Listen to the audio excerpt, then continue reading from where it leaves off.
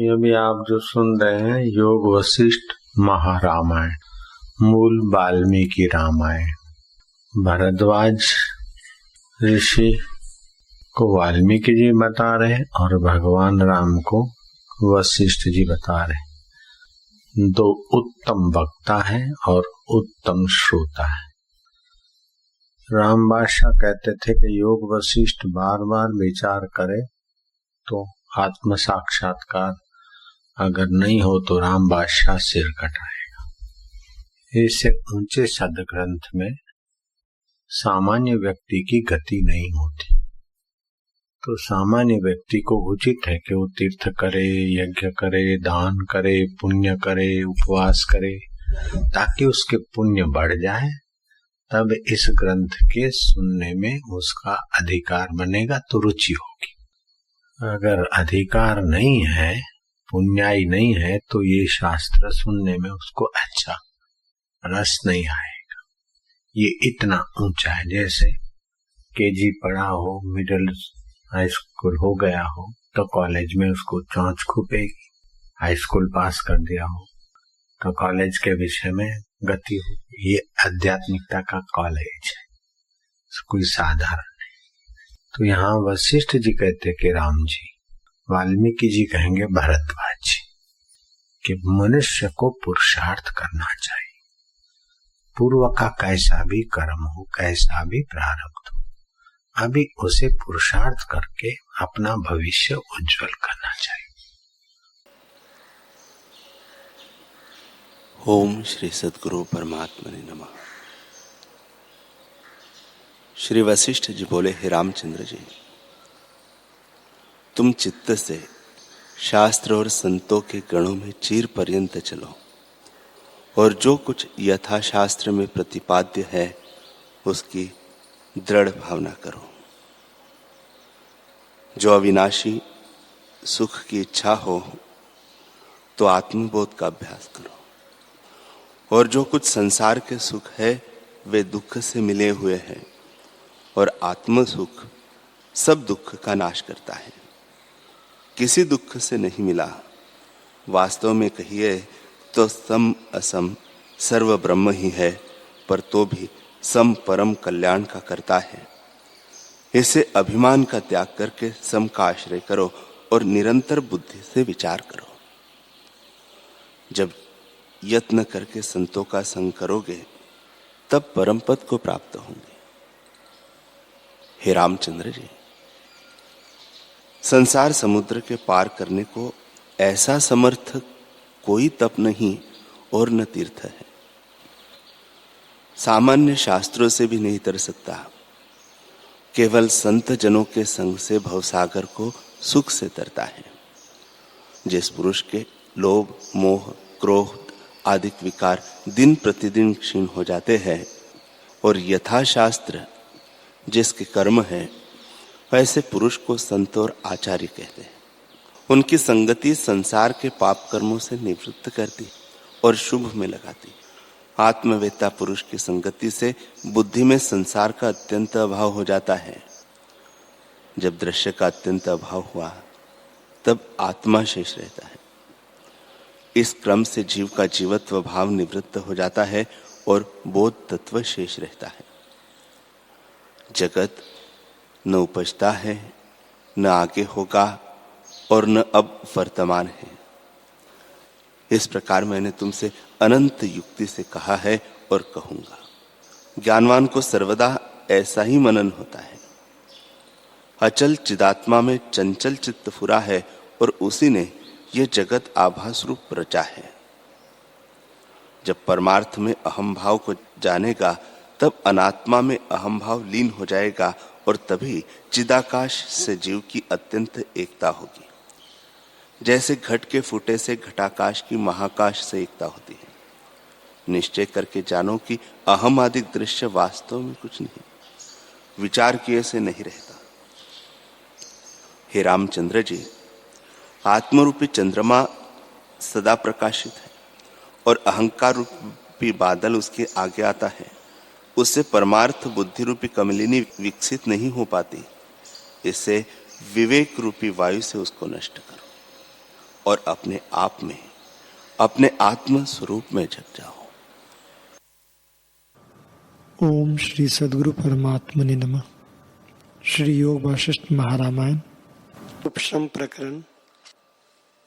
श्री वशिष्ठ जी बोले, हे राम जी, जैसे भ्रांत दृष्टि से आकाश में दो चंद्रमा दिखते हैं, वैसे ही चित्त ने देह इंद्रिय आदि की कल्पना की है, पर चित्त भी सत्य नहीं है। आत्मा की सत्ता लेकर चेष्टा करता है। जैसे चुंबक की सत्ता लेकर लोहा चेष्टा करता है, वैसे ही निर्विकार आत्मा की सत्ता लेकर चित्त नाना प्रकार के विकारों की कल्पना करता है। इससे चित्त का त्याग करो, जिससे तुम्हारा विकार जाल मिट जावे। हे राम जी, देह इंद्रियों में सार क्या है सो सुनो। जो कुछ संसार है उसका सार देह है, क्योंकि सब देह के संबंधी हैं। जब देह मिट जाता है तब संबंधी भी नहीं रहते। देह का सार इंद्रियां हैं, इंद्रियों का सार प्राण है, प्राणों का सार मन है और मन का सार बुद्धि है। बुद्धि का सार अहंकार है, अहंकार का सार जीव है, जीव का सार चिदावली है, चिदावली वासना संयुक्त चेतना को कहते हैं। चिदावली का सार चित्त से रहित शुद्ध चैतन्य है, जिसमें सब विकल्प लय हो जाते हैं। जो शुद्ध निर्मल और चिन्मात्र ब्रह्म आत्मा है, उसमें कोई उत्थान नहीं। हे राम जी, चिदावली पर्यंत सबको त्याग कर इनका जो सार चैतन्य आत्मा है उसमें स्थित हो। विश्व कलना मात्र है, आत्मा में कुछ नहीं। यह विश्व संकल्प की दृढ़ता से सत्य की तरह जान पड़ता है। पहले भी शुक्र, लवन, राजा और इंद्र के पुत्रों के वृतांत में कहा है कि संकल्प से जो इन्हें जगत दृढ़ होकर भासित हुआ था, सो वास्तव में कुछ नहीं था। वैसे ही यह विश्व भी चित्त के फुरने में स्थित है। असम्यक दृष्टि से अद्वैत आत्मा में दृश्य भासित होता है। जैसे सूर्य की किरणों में जल जान पड़ता है, वैसे ही आत्मा में अहंकार आदिक अज्ञान से दृश्य भासित होते हैं। इससे इनको त्याग कर अपने वास्तव स्वरूप में स्थित हो। हे राम जी, एक गढ़ तुमको बताता हूं, जिसमें किसी शत्रु की गति नहीं, उसमें स्थित हो। हम भी उसी गढ़ में स्थित हैं और जितने ज्ञानवान हैं वे उसी में स्थित होते हैं। हे राम जी, काम, क्रोध, लोभ, अभिमान आदि के विकार आत्मा में नहीं पाए जाते। जैसे रात्रि में दिन नहीं होता, वैसे ही विकार रूपी दिन गढ़ रूपी रात्रि में नहीं पाया जाता। इससे अचिंत्य रूप गढ़ में, जहां कोई फूरना नहीं और जो केवल शांत रूप है, अहम भाव त्याग कर स्थित हो, तो अहम त्वम भाव निवृत्त हो जावे। जब स्वरूप का साक्षात्कार होता है, तब ज्ञानी फुरने और ना फुरने में स्वरूप को समान देखता है और संपूर्ण जगत उसको आत्मरूप दिखता है। इससे चिदावली से देह पर्यंत जो अनात्म है उसको क्रम क्रम से त्यागो। प्रथम देह को त्यागो, फिर इंद्रियों के अभिमान को त्यागो। इसी क्रम से सबको त्याग कर अपने वास्तव स्वरूप में स्थित हो। हे राम जी, यह संसार चेतन मात्र है, आत्मा से कुछ भिन्न नहीं। आत्मा ही विश्व रूप होकर स्थित है। जैसे सूर्य की किरणें ही जल का आभास होती हैं, वैसे ही आत्मा का चमत्कार दृश्य रूप होकर स्थित है। जैसे संकल्प और संकल्प करने वाला भिन्न नहीं और आकाश ही भ्रम से मोती की माला होकर भासित होता है, वैसे ही आत्मा ही दृश्य रूप होकर भासित होता है। जैसे बीज ही वृक्ष, फूल और फल होता है, वैसे ही विश्व आत्मा ही है और दृश्य रूप होकर स्थित है। जैसे जल के तरंग जल ही हैं, वैसे ही विश्व आत्मा ही है। हे राम जी, चिदावली, जीव, अहंकार, बुद्धि, प्राण, इंद्रिय, देह, विश्व, आकाश, काल, दिशा, पदार्थ, सब कुछ आत्मा ही है। आत्मा से भिन्न कुछ नहीं। इससे विश्व को अपना स्वरूप जानो। जैसे सूर्य का प्रकाश सूर्य ही है, वैसे ही तुम जानो कि सब मैं ही हूं। जो ऐसे ना जान सको तो ऐसे जानो कि देह भी जड़ है और इंद्रियों से पालित है। वह देह मैं नहीं हूं, इंद्रियां भी मैं नहीं, क्योंकि प्राण इंद्रियों का सार है। जो प्राण ना हो तो इंद्रियां किसी काम की नहीं।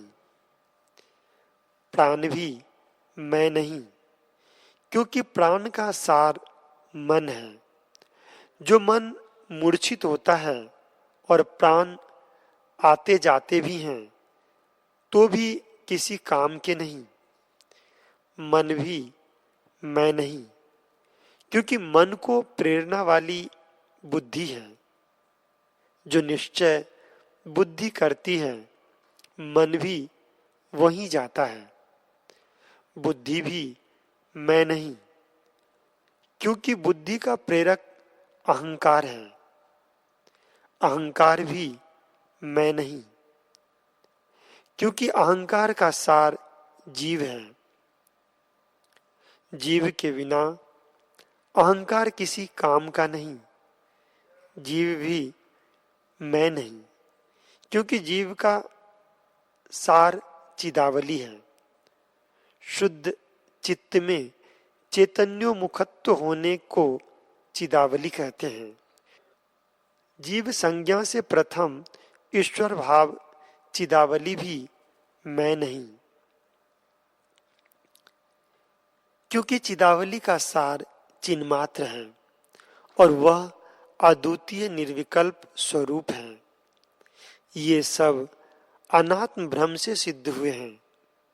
मैं केवल शांत रूप आत्मा हूं। हे राम जी, जो तुम्हारा वास्तव स्वरूप है वही होकर रहो। उससे भिन्न अनात्म में अहम प्रीति को त्याग दो। तुम देह से रहित निर्विकार हो। तुम में जन्म मरणादिक कोई विकार नहीं और तुम शांत रूप ज्यों के त्यों स्थित हो। तुम कभी स्वरूप से और नहीं हुए हो।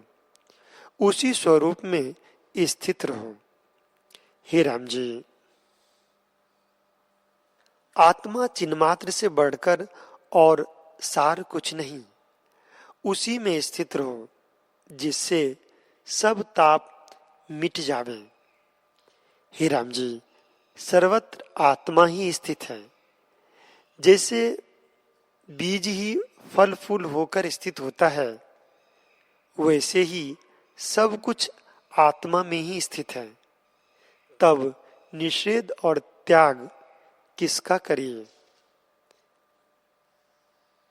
इतना कह वाल्मीकि जी बोले, हे शिष्य, वशिष्ठ जी के वचन सुन राम जी प्रसन्न हुए।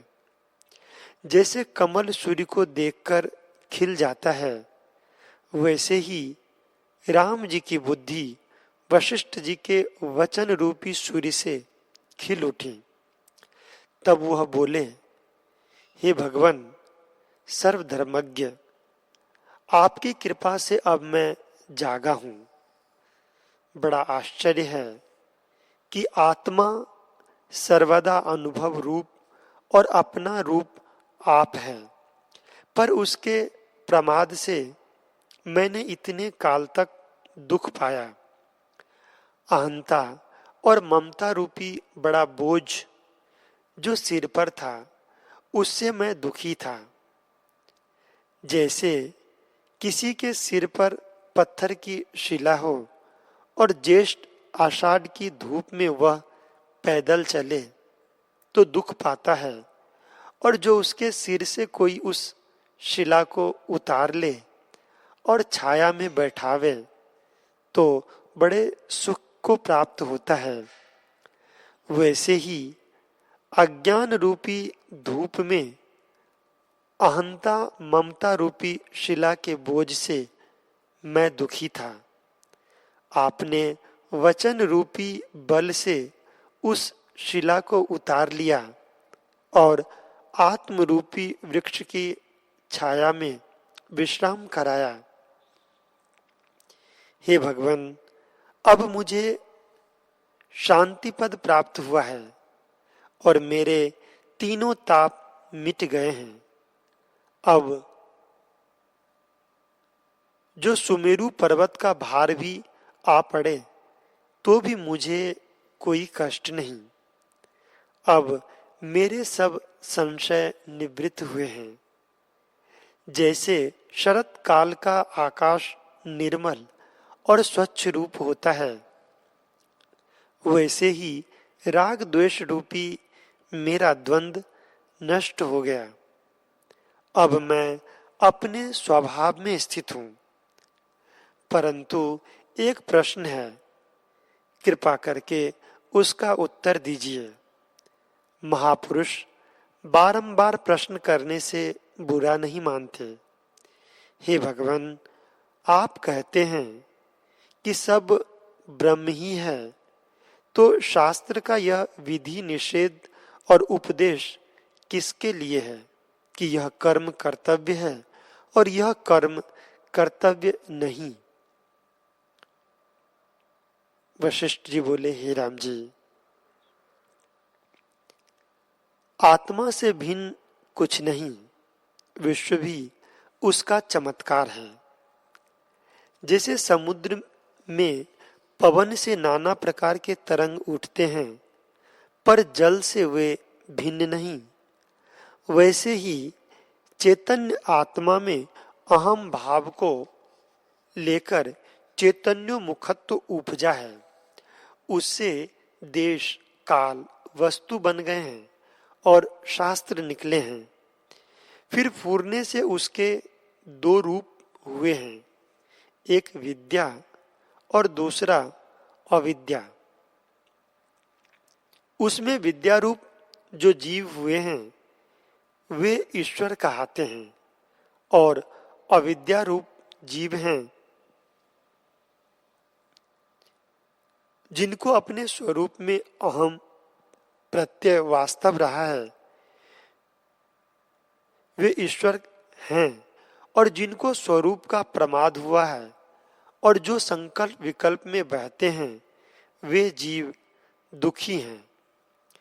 हे राम जी, इतनी संज्ञा फूरने में हुई है तो भी आत्मा से कुछ भिन्न नहीं। जैसे एक ही रस, फूल, फल और वृक्ष हुआ है, रस से भिन्न कुछ नहीं। आत्मा रस की तरह भी परिणाम को नहीं प्राप्त हुआ। फूरने से ईश्वर, जीव और विद्या अविद्या हुए हैं, आत्मा में कुछ नहीं। हे राम जी, जिनका संकल्प आदि भौतिक में दृढ़ नहीं हुआ, वे जीव शीघ्र ही आत्मपद को प्राप्त होते हैं और उनको आत्मा का साक्षात्कार भी शीघ्र ही होता है। जिनका संस्कार आदि भौतिक में दृढ़ हुआ है, वे चिरकाल में आत्मपद को प्राप्त होते हैं। आत्मपद की प्राप्ति बिना वे दुख पाते हैं। जिनको आत्मपद की प्राप्ति होती है, वे सुखी होते हैं। हे राम जी, ज्ञानी और अज्ञानी के स्वरूप में और कुछ भेद नहीं, केवल सम्यक और सम्यक दर्शन का भेद है। हे राम जी, विद्या भी दो प्रकार की है, एक ईश्वरवाद और दूसरा अनिश्वरवाद। जो ईश्वरवादी हैं, वे तुरीय पद को प्राप्त होते हैं और जो अनिश्वरवादी हैं, उनको जब ईश्वर की भावना होती है, तब वे शास्त्र और गुरु द्वारा ईश्वर को प्राप्त होते हैं। ईश्वरवादी भी दो प्रकार के हैं। एक वे हैं जो और वासना त्याग कर ईश्वर परायण होते हैं, वे शीघ्र ही ईश्वर को प्राप्त होते हैं। आत्मा ही ईश्वर है, जो सबका अपना रूप है। दूसरे प्रकार के जीव ईश्वर को मानते हैं, पर उनकी वासना संसार की ओर होती है। वे चिरकाल में आत्मपद को प्राप्त होते हैं। हरि ओम।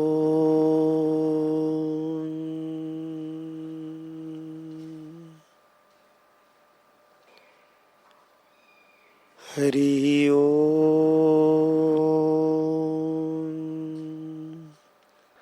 ओम सहना भवतु सहनो भुनक्तु सह वीर्यं करवावहै तेजस्विनावधीतमस्तु मा विद्विषावहै। ओम शांति शांति शांति।